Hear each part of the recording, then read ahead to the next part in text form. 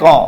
செல்வகுமாரின் மாலை வானிலை ஆய்வறிக்கை. அதிகாரப்பூர்வ வானிலை அறிக்கைக்கு இந்திய வானிலை ஆராய்ச்சித்துறை அறிக்கையை பார்க்கவும். 2025 நவம்பர் 11 செவ்வாய்க்கிழமை மாலை ஆய்வறிக்கை.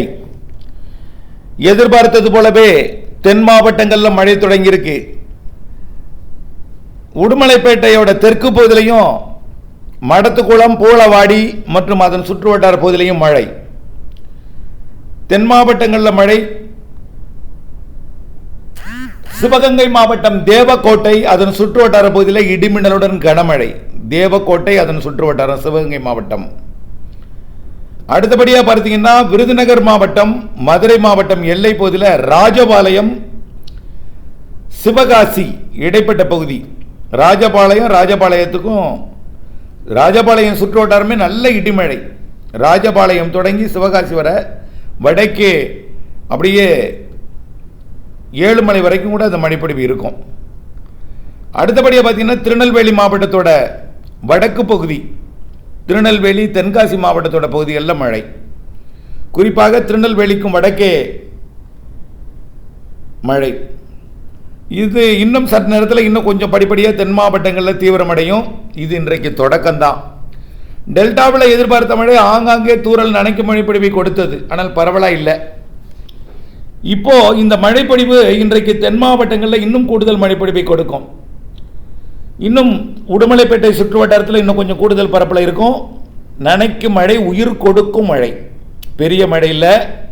வரக்கூடிய 14ஆம் தேதி வரைக்கும் இந்த மழை. இது காற்றழுத்த தாழ்வு நிலை மழை. காற்றழுத்த தாழ்வு நிலைன்னா காற்று சுழற்சி தான், கடலோடு இணைந்த காற்று சுழற்சி, அவ்வளோதான். கீழடுக்கு சுழற்சிக்கும் இன்னும் கொஞ்சம் கீழே. அடுத்தது உருவாக போவது காற்றழுத்த தாழ்வு பகுதி. 16ஆம் தேதியிலிருந்து 16 மதியத்திலிருந்து தொடங்கும் மழை.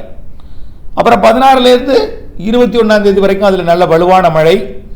21க்கு மேலே புயல், சென்யார் புயல் 26ஆம் தேதி வரைக்கும் இருக்கு. அது அப்படி 27, 28 வரைக்கும் கூட தொடர வாய்ப்பு இருக்கு மழை. அடுத்த புயல் பின்னாடியே வருது. அது அப்படியே பின்னாடியே அதோட அந்த நிகழ்வு தொடர்ந்து, மழைப்பொழிவு தொடர்ந்து அப்படியே 8ஆம் தேதி டிசம்பர் 8 வரைக்கும், இந்த 17லிருந்து 8 வரைக்கும் உள்ள 20 நாள் நல்லது ஒரு மழைப்பொழிவை நீங்கள் எதிர்பார்க்கலாம். நல்ல ஒரு மழை. அதுதான் 17லிருந்து டிசம்பர் 8 வரைக்கும் நல்ல ஒரு மழை. அதுக்கப்புறம் நிகழ்வு இருக்கு. இதுலேயே ஓரளவு நல்ல திருப்தி கொடுத்தணும் உங்களை. சென்யார் புயலை மிக கடுமையான மழைப்பொழிவை கொடுக்கும். நிறைய மழைன்னு சொல்லியிருக்கிறேன், புரியுதுங்களா? அதுக்கு அடுத்ததும் புயல் தான், அதுவும் நிறைய மழைப்பொழிவை கொடுக்கும். சரி, எல்லாமே தமிழ்நாடு தான். சரி, இன்றைக்கு மழைப்பொழிவு இன்றைக்கு அந்த உடுமலைப்பேட்டை சுற்று வட்டாரத்தில் தெற்கு பகுதியில் கொடுக்குற மழை இன்னும் கொஞ்சம் பரவலாகி கொடுக்கும். தென் மாவட்டங்கள்லையும் இன்னும் பல பகுதிகளில் மழைப்பொழிவை பரவலாக்கும். அது கோயம்புத்தூர், திருப்பூர், திண்டுக்கல், தேனி, மதுரை, விருதுநகர் மற்றும் தென்காசி, திருநெல்வேலி, கன்னியாகுமரி, தூத்துக்குடி, ராமநாதபுரம், விருதுநகர் மாவட்ட கிழக்கு பகுதி, ராமநாதபுரம் உள்பகுதி, சிவகங்கை மாவட்ட பகுதிக்கும் மழைப்பொழிவை கொடுக்கும். இன்றைக்கு இரவு நள்ளிரவு வேளையில் பார்த்தீங்கன்னா கொஞ்சம் உள்ளேயும் கரூர், திருச்சி வரைக்கும் கூட கிடைக்கலாம். கரூர், திருச்சி வரைக்கும் இது வெப்ப சலன மழை, வளிமண்டல சுழற்சி மழை. இது திருச்சி மற்றும் திண்டுக்கல் மாவட்டத்திலையும் புதுக்கோட்டை மாவட்டத்துக்கும் நள்ளிரவுக்கு பிறகு அதிகாலையில் கொடுக்கலாம் தான். வார்த்தையை பாருங்கள், கொடுக்கலாம், உறுதி கிடையாது. உயிர் கொடுக்கும் மழை. புதுக்கோட்டை மாவட்டம் மழை எதிர்பார்த்துக்கூடாது, பெய்யலாம். உறுதியாக மதுரைக்கு தெற்கே மழை உறுதி. அப்புறம் திண்டுக்கலோட பிற பகுதி, திருச்சி மாவட்ட, கரூர் மாவட்ட பகுதி கூட வாய்ப்பு இருக்குது. பார்க்கலாம் எப்படி இருக்குன்னு. நள்ளிரவுக்கு பிறகு அதிகாலையில் இது கடலோரமும் கொடுக்கலாம். புதுக்கோட்டை கடலோரம், சிவகங்கை மாவட்டத்தோட பகுதிகள், அப்புறம் ராமநாதபுரம் மாவட்ட பகுதிகள் கொடுக்கலாம். டெல்டாவிற்கு நாளை அதிகாலை மழை தெரிகிறது. நாளை காலையில் பார்த்தீங்கன்னா டெல்டாவிற்கு இருக்கு. நாளை மதியம் வரைக்கும் வாய்ப்பு இருக்கு. நாளை இந்த தாழ்வு பகுதி நாளைக்கு தான் மழை பொழிவை கொடுக்க போகுது. இன்னைக்கு தொடக்கம் தான். நம்ம என்ன சொல்லியிருக்கோம்? 12, 13 11 போல் 14 இருக்கும். இது 11 தீவிரம் ஆகுது, 12, 13 தீவிரம் அடைஞ்சிருக்கும், 14 தீவிரம் குறைஞ்சிருக்கும். அப்போ 11 போல் 14 இருக்கும், 12, 13 தீவிர மழைப்பொழிவு. அப்படி தான் நீங்கள் வச்சுக்கொள்ளணும். நாளை 12ஆம் தேதி புதன்கிழமை டெல்டா மாவட்டங்கள் தென் மாவட்டங்களுக்கும் மழை இருக்கும். ஆனால் பெரிய மழை இருக்காது. டெல்டாவிற்கு நல்ல மழை தெரியுது நாளைக்கு மதியம். நாளை வேதாரண்யம், அதாவது இதுவரைக்கும் அந்த விதைப்பு செய்திருக்கூடிய வாடிக்கொண்டிருக்கூடிய பயிர்களுக்கு உயிர் கொடுக்கும் மழை நாளை கொடுக்கும். கொஞ்சம் மிதமான மழை கூட கொடுக்க வாய்ப்பு இருக்கு. சற்று கனமழை கூட கொடுக்கலாம், கனமழை கூட வாய்ப்பு இருக்கு. நான் கனமழைன்னு சொல்ல, கனமழையை நீங்க எதிர்பார்த்திருக்க பெய்யலைன்னா மன கஷ்டம் வரும். லேசான மழைன்னு சொல்ல, அது மிதமாவோ கனமாவோ பெஞ்சிட்டா ரொம்ப மகிழ்ச்சி அடைவீங்க. அதனால தான் நான் இது சொல்றேன். குறைந்தபட்சம் மழை உயிர் கொடுக்கும் மழை, அதிகபட்சம் கனமழையாக கூட இருக்கலாம். ஒதுக்கி ஒதுக்கி பெய்யும். நாளைக்கு நல்ல மழை இருக்கு. மதியம் டெல்டாவிற்கு டெல்டா மட்டும் இல்லை, மயிலாடுதுறை, காரைக்கால், நாகப்பட்டினம், தஞ்சாவூர், திருவாரூர், அரியலூர், பெரம்பலூர், புதுக்கோட்டை, திருச்சி, சிவகங்கை, ராமநாதபுரம், தூத்துக்குடி, திருநெல்வேலி, தென்காசி, கன்னியாகுமரி, விருதுநகர், தேனி, மதுரை, திண்டுக்கல், கோயம்புத்தூர், திருப்பூர் மற்றும் ஈரோடு, நீலகிரி, கரூர், திருச்சி, நாமக்கல், சேலத்திற்கும் நாளை மதியம் வாய்ப்பு இருக்கு. நாளை மதியம் பெய்கிற மழை தான். நாளை மாலையில் டெல்டாவிற்கு கிடையாது. நாளை சில சுப நிகழ்வுகள்லாம் கேட்டிருக்கீங்க, அதுக்கு நாளை மாலை மழை கிடையாது. நாளை மதியம் மட்டும்தான். நாளை மாலை மழை மேற்கே போயிடும். மதியத்தில் மட்டும்தாங்க அந்த குளிர் இருக்கிறதுனால வெப்பம் உயர்ந்தோன்னா மழைப்பொழிவை கொடுக்கும். அந்த வெப்பம் உயர்ந்ததும் அதில் வெப்பத்தலைசாக்கு மேலிருந்து மேற்கே தெற்கே போய் மழைப்பொழிவை நாளைக்கு கொடுக்கும். நாளைக்கு மேற்கு மாவட்டங்களில் பரவலான மழைப்பொழிவு இருக்குது. ஒதுக்கி ஒதுக்கி கொடுத்தாலும் உயிர் கொடுக்கும் மழை கண்டிப்பாக இருக்கும். தென் மாவட்டங்களுக்கு கூடுதல் பரப்பில் மழை இருக்குது. நாளைக்கு 12 நாளைக்கு தான் நல்ல மழை இருக்குது.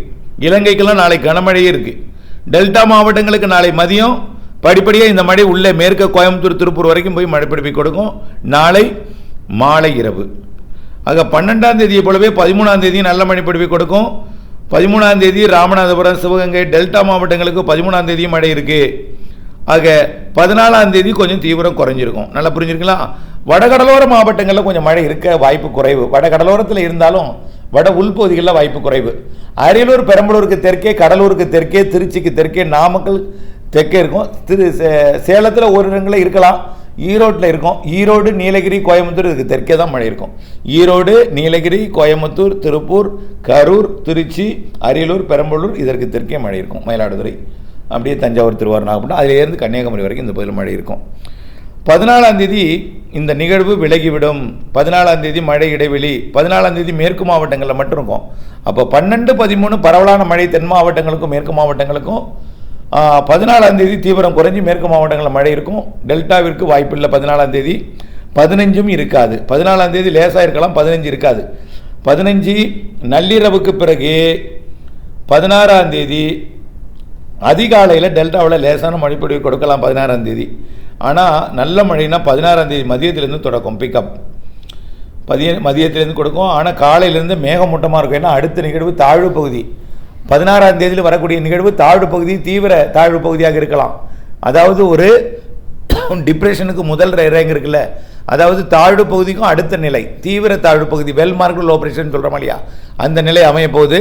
அதனால 16ஆம் தேதி சுப நிகழ்வுகள்லாம் நிறைய இருக்குது. 16ஆம் தேதி காலையை ஒதுக்கிட்டு மதியத்துக்கு பெய்யலாம். ஆனால் காலையில் வந்தால் பெருசாக மழை கொட்டிடாது, பயப்பட வேண்டாம். மதியத்தில் இருந்தால் மழை தீவிரமடையுது. வேதாரண்யம் பகுதிக்கு அதிகாலை காலையில் ஒரு மழைப்பொழிவு கொடுத்தாலும் கொஞ்சம் லேசாக மிதமாக இருக்க வாய்ப்பு இருக்குது. பாதிக்காத ஒரு இடையூறு கொடுக்காத மழை, கொஞ்சம் லேசாக ஒரு மழை இருக்கும். அது மதியத்திலேருந்து பிக்கப் ஆகுது. 16ஆம் தேதி ஞாயிற்றுக்கிழமை மதியத்திலேருந்து படிப்படியாக இந்த மழைப்பொழிவு உள்ளே தொடங்கினோம்.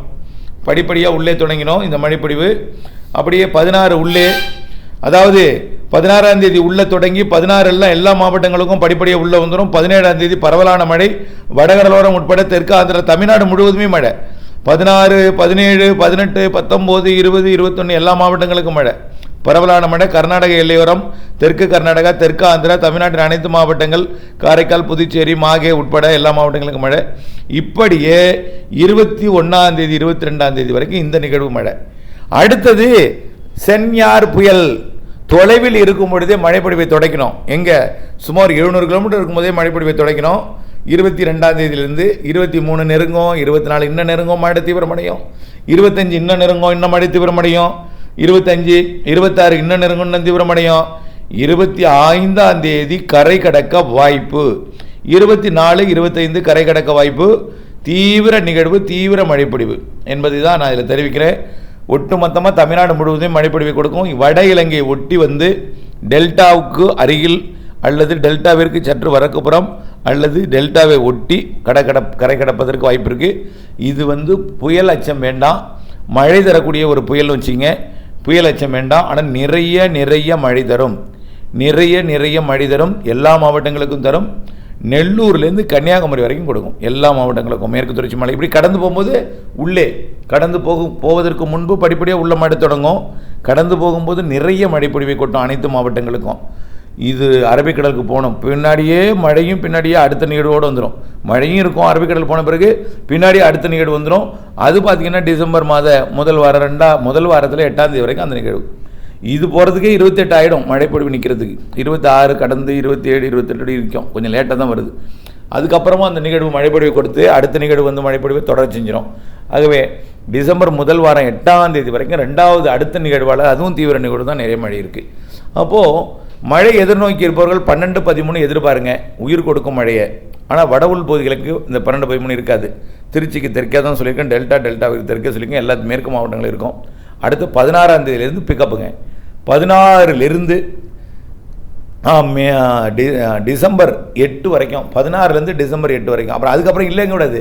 அதுக்கப்புறம் 2 நாள் கேப் விட்டு மறுபடியும் அடுத்த நிகழ்வு, 2 நாள் கேப் விட்டு அடுத்த நிகழ்வு, அப்புறம் 2 நாள் கேப் விட்டு அடுத்த நிகழ்வு.